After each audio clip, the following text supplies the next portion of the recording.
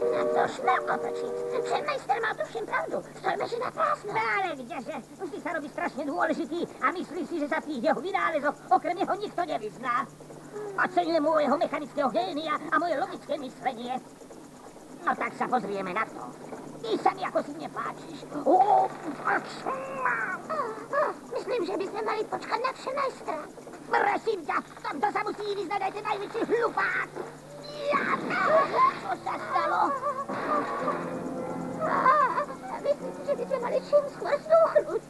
Ty ma priam šokuješ, Mavroš. To je tu na mudrovanie, ja alebo ty? Ty mudroš, tak rýchlo povedz, že musíme odtiaľto vypadnúť. Myslím, že bude najmúdrejšie, keď hneď zmizneme. Je to jasné, takže vy dvaja ste pokazili našu potravinovú linku. Nie, my sme ju opravili. To si ju naozaj opravili? Na toto má byť všetko jedlo? Z toho sa má najesť 100 hladných šmolkov. Podelíme sa.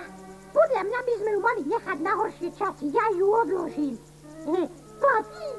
Radšej dajte mne.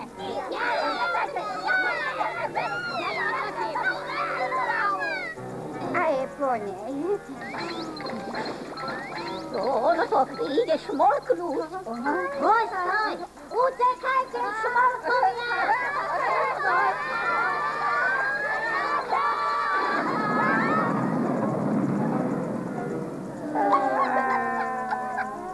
Ach, moja šmolkomatizovaná linka. Možno ja viem pomôcť. Tatko Šmolka, a čo chceš urobiť?